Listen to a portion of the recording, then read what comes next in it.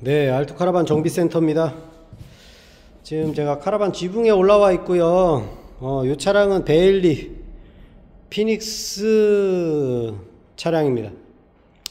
영상을 남기는 이유는 여기 보시면 도메틱 IB IS4가 요 위치에 있었죠. 딱 자국이 나죠. 근데 이제 이쪽에는 원래 해키창이 없습니다. 근데 이제 위치 실내에서 봤을 때 위치가 에어컨의 위치가 여기가 좋기 때문에 이제 하신 것 같고요.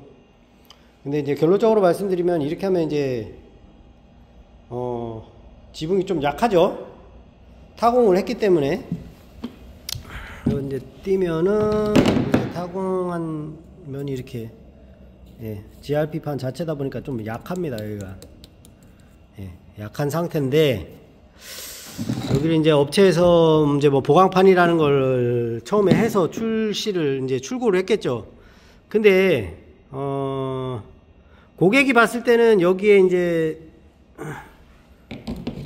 이렇게 되어 있고 앞부분이 이렇게 보이거든요. 앞부분이. 그러니까 보강판이 큰갑다 할 수 있어요. 근데 제가 뚜껑을 열어보기 전에 일단은 이제 보강판이 어디까지 되어 있는지 확인했는데, 참 애석하게도 요 400mm 사이즈에서 조금 더 크게 해놨네요. 보이시나요? 이렇게. 근데 여기도 보강이 필요하지만 이 앞부분도, 근데 이 뒷부분이 보강이 필요한 거예요. 에어컨의 구조상 뒤에가 되게 무겁거든요. 여기 보시면 이 뒷부분이 되게 무거워요. 콤프부터 해서 다 있기 때문에. 그러면 제가 서 있는 이 부분은 약할 수밖에 없는데 여기는 보강이 안 돼 있다는 거죠. 지금 보시면 제가 여기 이제 태양광도 다 제거를 했어요. 이 부분이 약한 부분인데 여기에다 계속 한다고 하면 오히려 차가 처질 수밖에 없거든요. 여기에 어쨌든 해키창이, 도메틱 해키창이 큰 게 좀 들어가 있고, 거기에 이제 살이라고 해봤자 요만큼밖에 안 되는 요 부분에 요게 이제 중간을 이어주는 역할밖에 안 돼요. 거기에다 바로 뒤에다 지금 이만한 400mm 사이즈의 타공을 또 했단 말이에요. 그러면 차가 운행하면서 분명히 뒤틀림도 생기고 상하 바운싱까지 하게 되면 얘는 처질 수밖에 없을 것 같아요. 제가 봤을 때는 그동안에 정비를 해본 상황으로 봤을 때. 그래서 저는 이쪽에 있는 태양광까지 다 철거를 한 거예요. 위치를 옮길 거고요. 요 위치에 양옆에는 솔직히 말해서 뭘 놓으면 안 돼요. 놓으면 안 됩니다.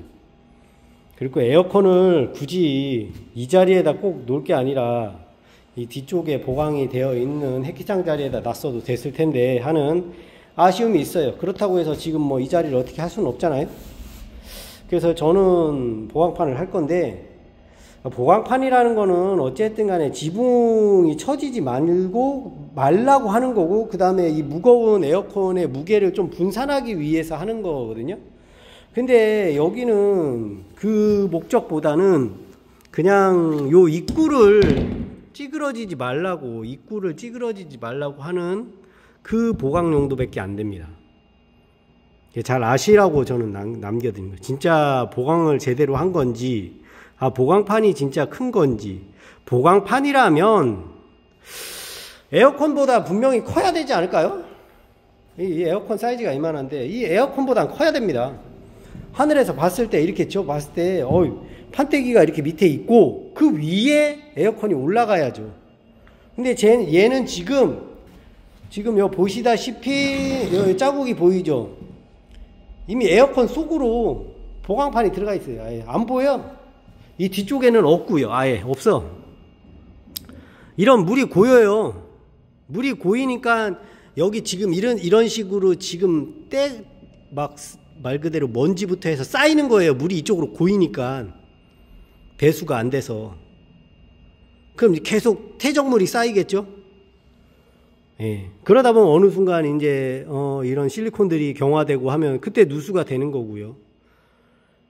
그런 상황이 되기 전에 이미 차가 처질 만큼 처져서 문제가 생긴 다음에 똑바로 한다?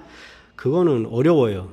되기 전에 똑바로 작업이 돼야 되는 거거든요. 그래서 저는 어찌됐든 이 차가 출고한 지 이제 4년 됐는데 고객분이 중고를 사갖고 오셨습니다. 차 상태는 뭐 나쁘진 않은 것 같고요. 근데 앞으로 타려면 이거 뭔가 바로 잡지 않으면 안 된다 생각에 일단은 고객분도 동의를 하셨고, 예, 보강판을 큰 걸로 주문 제작을 할 거예요, 당연히. 그래서 그 위에다가 에어컨을 놓을 거고요. 지금 설치한 여기 태양광 자리, 예, 이 자리에는 태양광 안 놉니다. 저는 무조건 베일리를 아는 이상은 그렇게 할 수가 없어요. 예, 뒤쪽에 양옆으로 놓을 거고요. 그렇게 하면은 뒤쪽이 더 튼튼하거든요. 예, 그렇다고 태양광 두 판 났다고 수웨이는 안 생깁니다. 예, 태양광 두 판 나서 스웨이 날 것 같았으면은 뭐 대한민국의 카라반 어떻게 합니까? 태양광은 딱 무리하지 않을 정도로 200W, 100W짜리 두 장 올려지는 거니까 상관은 없을 것 같고요. 제일 중요한 건 이렇게 보강을 제대로 해야 된다는 겁니다. 저는 일단 이거 다 제거하고요. 제가 이제 설치한 영상을 찍을지 모르겠지만 요거 또다시 영상 남겨보도록 하겠습니다.